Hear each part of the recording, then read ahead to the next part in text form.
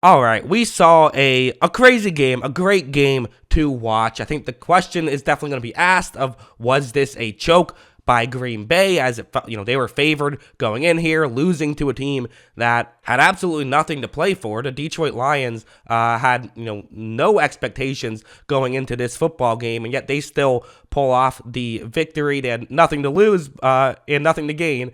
And the Packers had everything to lose and everything to gain, and the Packers lost. How the hell did they lose? I mean, there was some good spots, but as a whole, this was a tough one. Let's talk about what went wrong. So we'll start off talking about this play, this situation in general. Really, a brief recap of just kind of what happens in this game is that, Lions play a lot of cover 2 zone, force Green Bay to not really take any deep shots, kind of force them to have these very long drives.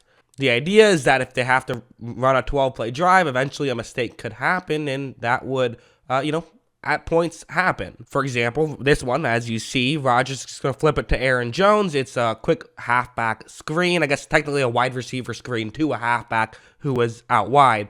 And he has room in front. He's going to run and pick up a few yards, but then loses the football, and somehow that ball ends up staying in bounds on top of it. So just kind of a, interesting sequence of events for sure for the, for both teams there. But this was definitely a part of what was happening, especially sort of in that, up to a certain point, it really did feel like the Packers beat themselves in ways. Like the 4th down and inches situation, I didn't really get this one too much. Now, granted, love the idea to go for it on 4th down and inches here. That's just, to me, that's a smart play. I like it a lot. But what I didn't love was the play call itself. Or is it not the play call, but the decision by Rodgers? I'm not sure, because a lot of times what you'll do is you'll have a quarterback sneak with the option to then give the ball to, in this case, Allen Lazard. That's a lot of times what you do is you have an option where you either, if you like the sneak, you sneak it. If you don't, then you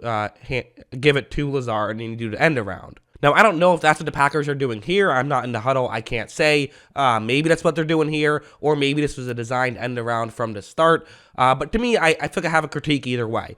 Either if Rodgers could quarterback sneak it himself, I feel like he should have, given this situation. And if he can't, well then, hey, LaFleur, why are you running these designed plays where Rodgers can't quarterback sneak it himself and Allen Lazard is getting the end around? I feel like either way I have a critique. But anyways, we're going to have to highlight a Detroit player here because he's going to make a very, to his credit, he's going to make a very good play. The guy who I've circled in white, watch him come in a hurry, and he's going to be able to, he knew that play was coming, which again, probably is an insult to the coaching on that one, which, again, big Matt LaFleur guy, but I just was not a fan of this particular situation.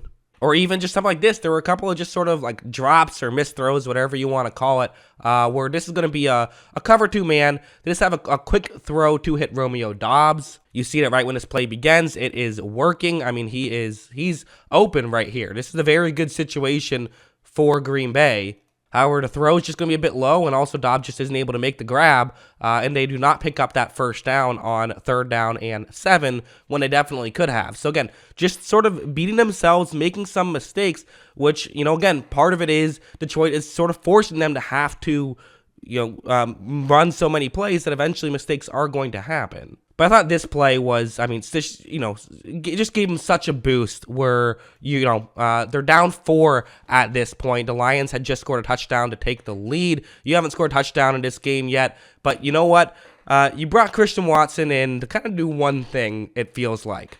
Beat a guy who can consistently win on the outside. That's the goal. That's, what he was able to do very well at college, albeit against weaker competition. And it took him a few weeks to be able to get to do it in the NFL. But once he has been able to do it, he's really thrived. And in this spot, there is only a single safety deep as opposed to, a lot of these 2 safety deep looks that the Lions have shown. And so because of that, Rodgers, when he sees it, he's not going to miss that opportunity. Watch as Rodgers runs a play action, but the second he notices there was, he was throwing it right away. It's not overly open, though, right away. This is relatively good coverage. But watch Watson adjust to the ball, and that's not something he's necessarily known for. Even with a pass interference at the end of that play, it was still caught for a big completion for Green Bay. So being able to do that definitely, getting those splash plays, that led to their first touchdown and definitely just makes you feel better on top of it. This play was a miscue that didn't end up hurting them, although they would eventually still, have to punt the ball away and then give up a touchdown right after anyway. So, maybe it didn't matter either way, but still,